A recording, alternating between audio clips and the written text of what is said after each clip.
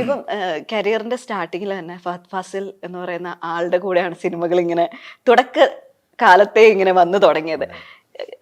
ചേട്ടൻ ഒബ്സർവ് ചെയ്തിട്ടുള്ള ഒരു ഏറ്റവും വലിയ കാര്യം എന്തായിരിക്കും അദ്ദേഹത്തിൽ? ഭയങ്കര ഈസി ആയിട്ട് ചെയ്യുന്നതാണെന്ന് തോന്നും, പക്ഷെ ഭയങ്കര കിട്ടലിനായിട്ട് അത് ഭയങ്കര ഈസി ആയിട്ട് പുള്ളി അതിന് പ്രിപ്പയർ ഒന്നും ചെയ്യുന്നില്ല എന്നൊക്കെ തോന്നും. പക്ഷെ നമുക്ക് ആ സീൻ ഷൂട്ട് ചെയ്യുമ്പോഴാണ് നമുക്ക് മനസ്സിലാവുക അതാ അങ്ങനെ വർക്ക് ചെയ്തിട്ടുണ്ട് അതിൽ എന്നൊക്കെ ഉള്ളത്. അത് ഭയങ്കര രസമാണ് പുള്ളി വർക്ക് ചെയ്യുന്നതാണ്. ഭയങ്കര ഞാനത് ദൂരത്ത് നിന്നിട്ടാണ് എപ്പോഴും കണ്ടിട്ടുള്ളത്. ഞാൻ അതിന്റെ വെച്ച് കഴിഞ്ഞാൽ പപ്പയുടെ കൂടെ കുറെ വർക്ക് ചെയ്തിട്ടുണ്ട്, എന്നാലും അങ്ങനെ പോയിട്ട് അത്ര ഇന്റിമേറ്റ് സോണിലൊന്നും നിന്നിട്ടില്ല. ഞാൻ പിന്നെ അസോസിയേറ്റ് ഡയറക്ടർ ഇങ്ങനെയൊക്കെ ആയി നിൽക്കുമ്പോഴെന്നെ കണ്ടിട്ടില്ല. അപ്പം നമുക്കത് അത്ഭുതം തന്നെയാണ്. ഭയങ്കര ഡ്രസ്സായിട്ടുള്ള ഏത് ക്യാരക്ടറും നമുക്ക് എങ്ങനെയും അയാളെ ഈ ക്യാരക്ടർ പുള്ളി കൺവിൻസ് ചെയ്യിപ്പിക്കും എന്ന് വിചാരിച്ച് നമുക്ക് വിശ്വസിച്ച് ചെയ്യിപ്പിക്കാം എന്ന് നമുക്ക് മനസ്സിലാവും. അയാളുടെ പിന്നെ പുള്ളിയുടെ കണ്ണ് അമേസിങ് ആണ്. അത് അടുത്ത കാലത്ത് മലയാളത്തിൽ ഇല്ല എന്നാണ് എനിക്ക് തോന്നുന്നത്. കണ്ണ് ഭയങ്കര കിടലാണ്, വലിയ കണ്ണായതുകൊണ്ട് തന്നെ ഭയങ്കര എക്സ്പ്രസീവാ. പിന്നെ എന്തെങ്കിലും ഉള്ളിൽ ചിന്തിക്കുന്നുണ്ടെങ്കിൽ ആ കണ്ണിലൂടെ പുറത്തു വരും തോന്നുന്നു. അത് ഭയങ്കര കിടല. എന്നത്താൻ കേസ് കൊടുക്കുക എന്നുള്ള ഒരു സിനിമയിലേക്ക് പോയി കഴിഞ്ഞാൽ എന്നത്താൻ കേസ് കൊടുക്കുക എന്നുള്ള സിനിമയില് ഓരോ ഓരോ ക്യാരക്ടറും നമ്മൾ ഭയങ്കരമായിട്ട് അത്ഭുതപ്പെടുത്തിയതാ. ഈ സുരേഷിന്റെ ക്യാരക്ടർ ഉണ്ടല്ലോ, അത് ശരിക്കും ആര് കാസ്റ്റ് ചെയ്തു? ഓ, ഞാൻ കാസ്റ്റിംഗ് ഡയറക്ടർ ആയിട്ടുള്ള ഒരു സിനിമയിൽ എന്നെ ഞാൻ കാസ്റ്റ് ചെയ്തിട്ടില്ല. ഇത് ഇപ്പൊ ഞാൻ ഡയറക്ട് ചെയ്ത സിനിമയിൽ പോലും എന്നെ ഞാൻ കാസ്റ്റ് ചെയ്തിട്ടില്ല. അത് തലയിൽ കെട്ടിവെച്ചതാണ് എന്റെ സുഹൃത്തുക്കൾ എന്ന് പറയുന്ന എന്റെ കൂടെ വർക്ക് ചെയ്യുന്നവരെ അവരൊക്കെ എന്നെ വെറുതെ കയറ്റി ഇരുത്തിയത് മാത്രല്ല, എന്നെ മുടിയൊക്കെ പിന്നെ കണ്ടില്ലേ? അയ്യോ, അത് എന്താ, അത് ഫുട്ബോളോ?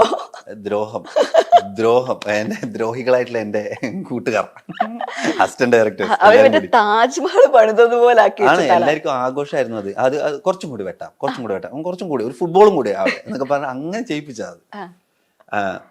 പിന്നെ ഇതിലൊന്നും ഞാനല്ല കേട്ടോ എന്നെ കാസ്റ്റ് ചെയ്തത്. എന്റെ രതീഷേട്ടന്റെ പടത്തിലൊക്കെ രതീഷേട്ടനാണ് എന്നെ ഇപ്പൊ കനകാമലി കലകത്തിന്റെ കാസ്റ്റിംഗ് ഡയറക്ടർ ഞാനാ. പക്ഷെ എന്റെ ക്യാരക്ടർ ഇതാണെന്ന് പറഞ്ഞിട്ടാണ് എന്നെ ഞാൻ സ്ക്രിപ്റ്റ് വായിച്ചു. നിന്റെ ക്യാരക്ടർ മനാഫാണ്, ബാക്കിയുള്ളവരെ പിന്നെ എന്താ കാസ്റ്റ് ചെയ്യണം. മെയിൻ ആർട്ടിസ്റ്റുകളെയൊന്നും അല്ല കേട്ടോ, എന്റെ സെക്കൻഡറി ആർട്ടിസ്റ്റുകളെയൊക്കെ കാസ്റ്റ് ചെയ്ത് ഞാനാ. എന്താണെന്നറിയോ, ഈ ചേട്ടൻ കാസ്റ്റിംഗ് ഡയറക്ടർ ആയിരുന്ന സിനിമകളിലെ ചേട്ടന്റെ ക്യാരക്ടേഴ്സ് ഭയങ്കര നോട്ടബിളാ. അപ്പൊ അതുകൊണ്ടാണ് ഞാൻ ഇതിപ്പോ സ്വന്തമായിട്ട് ഈ സുരേഷ് എന്ന് പറഞ്ഞ ക്യാരക്ടറിലേക്ക് ഞാൻ വേറൊരാളെ കാസ്റ്റ് ചെയ്തിട്ടുണ്ടായിരുന്നു. അത് ലാസ്റ്റ് പ്രീ ഷൂട്ടിനൊക്കെ ചെയ്തിട്ട് ഷൂട്ട് കഴിഞ്ഞിട്ട് അത് ഞാൻ ഷൂട്ട് ചെയ്യുമ്പോഴാണ് ആ ക്യാരക്ടറിൽ ഞാൻ ചെയ്തോട്ടെ എന്ന് രതീഷേട്ടൻ തീരുമാനിക്കുന്നത്. അങ്ങനെയാ. കനകത്തിലൊക്കെ മുമ്പേ തീരുമാനിച്ചിട്ടുണ്ടായിരുന്നു. പിന്നെ ഞാൻ കാസ്റ്റ് ചെയ്ത സിനിമകളിലധികം ഇല്ല, ഞാൻ അങ്ങനെ ചെയ്തിട്ടില്ല. ഭയങ്കരമായിട്ടൊരു പ്രണയം അങ്ങനെ മനസ്സിൽ ഭയങ്കരമായിട്ട് കൊണ്ടു നടക്കുന്ന ആളാണോ? കാരണം ഈ പ്രണയം ചെയ്യുമ്പോ ഉണ്ടല്ലോ ഭയങ്കര രസാ കണ്ടോണ്ടിരിക്കാനായിട്ട്. എനിക്ക് ഇഷ്ടമാണ് പ്രേമിക്കാൻ എപ്പോഴും. നമ്മുടെ സാഹചര്യവശാൽ എപ്പോഴും അങ്ങനെ നമ്മൾ കുറെ കഥാപാത്രങ്ങളൊക്കെ ആയിട്ട് ചെയ്ത് തീർക്കുക, വേറെന്ത് ചെയ്യാൻ. എനിക്ക് എന്റെ കൂടെ അഭിനയിക്കുന്ന പെൺകുട്ടികളൊക്കെ ശരിക്കും ഒരു പ്രേമം ഉണ്ടാവും. അപ്പൊ അത് അങ്ങനെയാണ് അത് വർക്കാവുള്ളൂ. അല്ലെങ്കിൽ എന്ന് വെച്ച് കഴിഞ്ഞാൽ പിന്നെ പ്രേമിച്ച് കൂടെ കൊണ്ടു പോവാന്നല്ല, ഒരു സംതിങ് ഒരു ഇമോഷൻ വേണ്ടേ? പിന്നെ വേണം. എനിക്കിഷ്ടമാണത്. ഇപ്പം ഈ സിനിമയിലാണെങ്കിൽ തന്നെ എല്ലാവരും എനിക്ക് തോന്നുന്നു എത്ര കാലം കഴിഞ്ഞാലും ഈ സുരേഷിന്റെയും സുമലതയുടെയും പ്രണയം ഇങ്ങനെ എപ്പോഴും എല്ലാവരുടെയും മനസ്സിക്കും എന്തൊരു നിഷ്കളങ്കമായ പ്രണയമാണ്, എന്ത് മറ്റേ ഇത്രയും ഡീപ്പായിട്ടൊക്കെ സ്നേഹിക്കുന്ന എന്തൊരു ആൾക്കാരാണ്. അപ്പം പ്രേക്ഷകരെ ഏറ്റവും കൂടുതൽ ആ സമയത്ത് ആഗ്രഹിച്ചതും അവര് മറ്റേ മുറവിലി കൂട്ടി എന്നൊക്കെ പറയണം, ടീച്ചറും സുരേഷനും തമ്മിൽ കല്യാണം കഴിക്കുക. പക്ഷെ സുരേഷൻ വേറൊരു റൂട്ടായിരുന്നു അവിടെ ഇട്ടുകൊണ്ടിരുന്നത് എന്നുള്ളത് സിനിമയുടെ ഉണ്ടായില്ല. ഓ, ആൾക്കാരെല്ലാം വിചാരിച്ചിരുന്നത് എനിക്ക് തോന്നുന്നു അവിടെ അല്ല, നമ്മുടെ ജീവിതസഖി അവിടെ റിലീസ് കഴിഞ്ഞിട്ടാണ് ഞങ്ങള് മറ്റേ സെറ്റ് ആയത്. എന്റെ ഇപ്പോഴത്തെ പിന്നെ എന്റെ പാർട്ട്ണറെ ഞാൻ സെലക്ട് ചെയ്ത് ആ സിനിമയൊക്കെ റിലീസ് ചെയ്ത് കഴിഞ്ഞതിന് ശേഷം ആണല്ലേ? ഓക്കെ. അപ്പം നമ്മളൊക്കെ വിചാരിച്ച പോലെ അവിടുന്ന് തുടങ്ങിയ ഒരു പ്രണയമല്ല. ഇല്ല, എന്നാത്താൻ കേസ് കൊണ്ട് തുടങ്ങിയ ഒരു പ്രണയമല്ല. അല്ല, അതിലുണ്ടായിരുന്നു, വർക്ക് ചെയ്തിട്ടുണ്ടായിരുന്നു ദീപ്തി. പക്ഷെ അതൊക്കെ പിന്നെ ഞങ്ങൾ നല്ല സൗഹൃദത്തിലായിരുന്നു.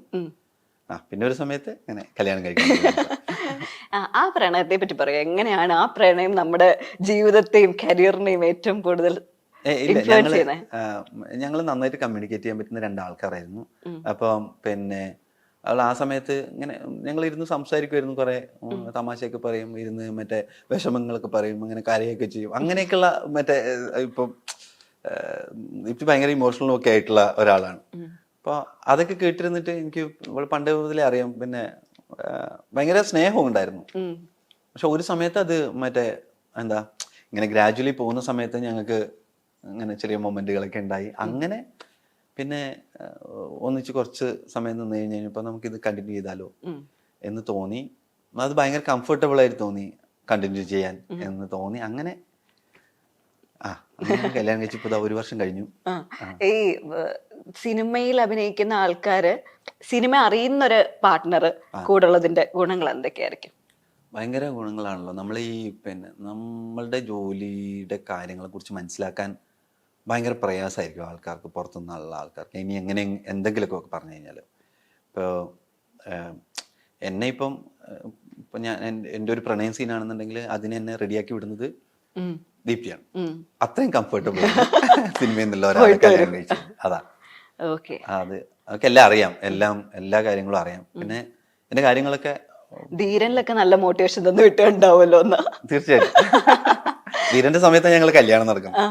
ആ സമയത്ത് വേണ്ട മോട്ടിവേഷനൊക്കെ അവിടുന്ന് വിളിച്ചിട്ട് പിന്നെ ഈ സുരേഷിനും സുമലതയുടെ ഹൃദയഹാരിയ പ്രണയകഥയൊക്കെ ഉള്ളതിൽ അതിലും കുറെ പ്രണയ സീനുകളൊക്കെ കുറെ ഉള്ളതാ. അപ്പൊ അതൊക്കെ അവൾ അതിലുണ്ട്, അസോസിയേറ്റ് ഡയറക്ടറായിട്ടും ഒക്കെ അതിലുണ്ട്. അപ്പോൾ സീനിന്റെ ക്യാമറക്ക് പിറകിൽ നിൽക്കുന്നുണ്ട് ദീപ്തിയും കൂടെ. ആണല്ലേ? ഓക്കെ. ഈ ഒരു സിനിമയിലെ പേര് ഹിറ്റാവുക, ആ പേര് വെച്ചിട്ട് മറ്റൊരു സിനിമ വരിക, അത് മിക്കയിടത്തും ഹാപ്പനിങ് ആയിട്ടുള്ള കാര്യമല്ല. പക്ഷെ നമ്മളിവിടെ ആൾക്കാരെ ഏറ്റെടുത്ത ഒരു പേരിനെ വെച്ച് ഒരു ഹൃദയഹാരിയായ പ്രണയകഥ നമ്മൾ കൊണ്ടുവന്നു. പക്ഷെ ബാക്ക്ഗ്രൗണ്ടിൽ കുറച്ചധികം ഇഷ്യൂസും വന്നു. അതിന് ഏറ്റെടുത്തൊരു പിന്നെ കപ്പിൾസിനെ വെച്ചിട്ട് ചെയ്തതാ. ആൾക്കാർ അതേപോലെ ചവിട്ടി പുറത്തെടുത്ത് കളഞ്ഞു. ഒരു പ്രതീക്ഷ, ഭയങ്കര പ്രതീക്ഷയിൽ വന്നതല്ലേ? എനിക്കറിയാം ആ സമയത്ത് നമ്മൾ സംസാരിച്ചത് കൊണ്ടേ. അപ്പം ആ പ്രതീക്ഷ അത്രയും ആ ഒരു ഉയരത്തിലേക്ക് എത്തിയില്ല എന്നുള്ളതിലൊരു ഇതുണ്ടാവോ? ഇല്ല, അങ്ങനെയൊന്നുമില്ല. എന്ന് വെച്ചുകഴിഞ്ഞാൽ ഈ സിനിമയില് നമ്മള് മറ്റേ ഈ സിനിമ റിലീസായി കഴിഞ്ഞതിന് ശേഷം വേണം നമ്മൾ ഇങ്ങനെയൊക്കെ, അങ്ങനത്തെ സ്വപ്നങ്ങളൊന്നും എനിക്കില്ല. നീ ഒരു സിനിമ അത് ലാൻഡ് ചെയ്യുന്നത് എവിടെയാണോ അതൊരു സമയമൊക്കെ എടുത്തിട്ടാകുമ്പോഴേ നമുക്ക് മനസ്സിലാവുള്ളൂ. ഓ, ലാലേട്ടന്റെ ആളാണോ? ഒരു പ്രതീക്ഷയില്ല. ഇപ്പൊ ലാലേട്ടന്റെ ഒരു ഡയലോഗ് നമ്മുടെ പണി കഴിഞ്ഞു, പുറത്ത് സ്വപ്നങ്ങൾ നെയ്യൂല എന്നുള്ളൂ. എന്ന് വെച്ചാൽ ഞാൻ നായകനാവണമെന്ന് ആഗ്രഹിച്ചിട്ടല്ല നായകനായത്. അത് അതിന്റെ കൂട്ടത്തിൽ വന്ന എനിക്ക് പേടിയാണ് ഇപ്പോഴും മറ്റേ ഹീറോ എന്നുള്ള ക്യാരക്ടർ ചെയ്യാൻ. എനിക്ക് ബുദ്ധിമുട്ടാണ് അത്, ഭയങ്കര പ്രഷറാണ്. ഞാൻ ആ പ്രഷർ ഒന്നും ഏറ്റെടുക്കാൻ എനിക്ക് താല്പര്യമില്ല. ഇതില് സുരേഷിനും സുമലതയും എന്ന് പറയുന്നത് ഭയങ്കര ക്രാഫ്റ്റഡ് ആയിട്ടുള്ള ഒരു വർക്കായിരുന്നു. എനിക്ക്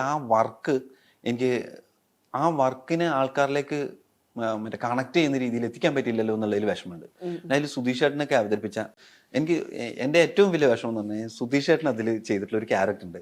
ആ ക്യാരക്ടറിനെ ഒന്ന് ആൾക്കാരിലേക്ക് എത്തിക്കാൻ പറ്റില്ലല്ലോ. കാരണം അതൊരു ഭയങ്കര രസമുള്ള ക്യാരക്ടറാണ്. നമുക്ക് അങ്ങനെ സ്ഥിരം കാണാൻ പറ്റാത്ത പോലത്തെ ഒരു ക്യാരക്ടറാണ്. അതാണ് എൻ്റെ അതിലുള്ള ആദ്യത്തെ ഒരു വിഷമം. പിന്നെ ഈ ഇത്രയും വലിയൊരു സിനിമയായിരുന്നു അത്. അപ്പം ഞാൻ അങ്ങനെ ഒരു വലിയ സിനിമയ്ക്ക് വേണ്ടിയിട്ട് ഇൻവെസ്റ്റ് ചെയ്ത ആൾക്കാർക്ക് അതിന് കുറച്ച് സമാധാനമുള്ള രീതിയിൽ അത് തീരണമായിരുന്നു എന്നുള്ളൊരു ആഗ്രഹം ഉണ്ടായിരുന്നു. അതാണ് അതിനെ